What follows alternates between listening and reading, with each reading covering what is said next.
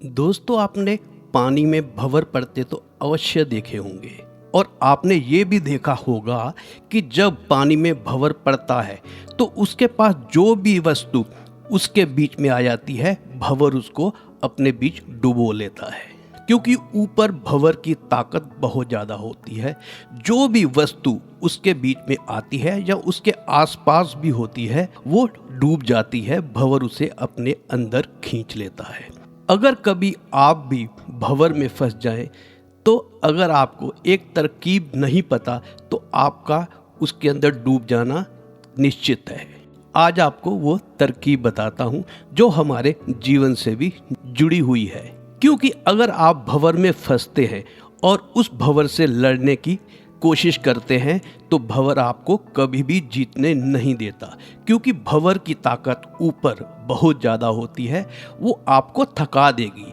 आप उससे कितना भी लड़ना चाहे, उससे कितनी भी ताकत लगाकर बाहर निकलना चाहे, वो नामुमकिन है। आप भंवर से लड़कर उससे पार नहीं हो सकते। निश्चित रूप से आप डूब जाएंगे। और वो तरकीब ये है कि भंवर एक स्क्रू की तरह होता है, ऊपर बहुत बड़ा और धीरे धीरे नीचे जाते वो बिल्कुल पतला होता जाता है। अगर आप ऊपर भंवर से लड़ते हैं तो जब तक आप नीचे पहुंचते हैं आपकी ताकत बिल्कुल खत्म हो चुकी होती है, उससे आप बाहर नहीं निकल सकते। तो एक छोटी सी तरकीब है कि आपको भंवर के साथ लड़ना नहीं है, आपको भंवर के हवाले अपने आप को कर देना है। जैसे ही आप भंवर के निचले हिस्से में जाएंगे तो आपके अंदर इतनी ताकत होगी कि आप बड़ी आसानी से भंवर में से निकल सकते। क्योंकि भंवर जब नीचे चला जाता है तो बिल्कुल पतला हो जाता है, उसकी ताकत भी बहुत कम हो जाती है और आपकी ताकत अभी बची होती है ताकि आप उससे बाहर निकल सकें।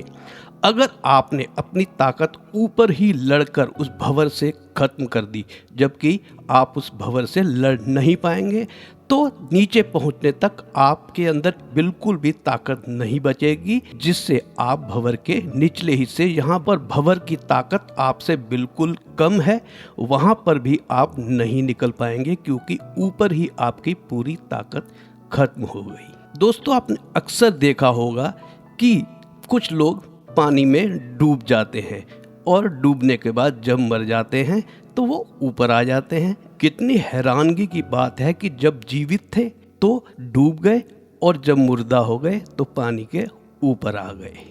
क्योंकि जब वो डूबने लगते हैं तो वो पानी से लड़ते हैं, अपनी पूरी ताकत लगाते हैं, इसीलिए वो पानी में डूबते हैं। जबकि पानी की प्रकृति ऐसी है कि पानी कभी भी किसी को डुबोता नहीं। आपने महसूस किया होगा कि आपका वजन पानी में जाकर कम हो जाता है। आप किसी भी चीज़ को बाहर तोलें और उसी चीज़ को अगर पानी के अंदर तोलेंगे तो उसका भार बिल्कुल कम हो जाता है। यानी कि सागर या पानी जो है वो आपको निर्भर करता है। फिर निर्भर होने के बावजूद भी कोई व्यक्ति पानी में कैसे डूब सकता है? और जब डूब ही गया और मर गया तो वो मुर्दा होकर ऊपर कैसे तैरने लग जाता है? उस मुर्दे ने कौन सी ऐसी कला सीख ली कि वो ऊपर तैरने लगता है और पानी उसे डुबोता ही नहीं?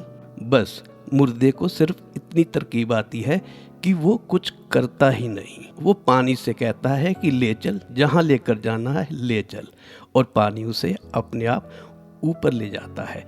जो प्रशिक्षित स्विमर लोग हैं वो इसी तरकीब को जानते हैं। आपने कई लोगों को ऐसे तैरते देखा होगा जो बिल्कुल अपने आप को पानी के ऊपर लेटा देते हैं और अपने हाथ पैर भी नहीं हिलाते और वो पानी के ऊपर तैरते रहते हैं। उन्होंने वो वाली मुर्दे की तरकीब सीख ली। दोस्तों, ऐसा ही हमारा जीवन भी है। जीवन में बहुत बार हमारे विपरीत परिस्थितियाँ आती हैं जब हमें लगता है कि अब डूबे अब डूबे अब डूबे।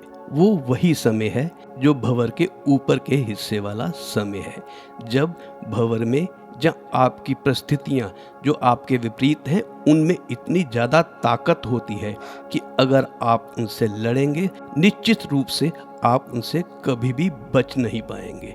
और अगर आप अपने आप को छोड़ देंगे तो हर मुसीबत भंवर की तरह धीरे धीरे वक्त के साथ कम होती जाती है। और अगर परिस्थिति विपरीत होते ही आप उससे लड़ना शुरू कर देंगे तो जब तक वो कम होगी तब तक आपके अंदर ताकत ही नहीं बचेगी कि आप उससे निकल पाएं। इसी तरह अगर हम अपनी मुसीबतों के समय में अपने आप को उस ईश्वर के भरोसे छोड़ देंगे कि आज नहीं तो कल ये मुसीबत ख़त्म हो ही जानी है, तो आप बड़ी आसानी से उस मुसीबत से बाहर निकल पाएंगे।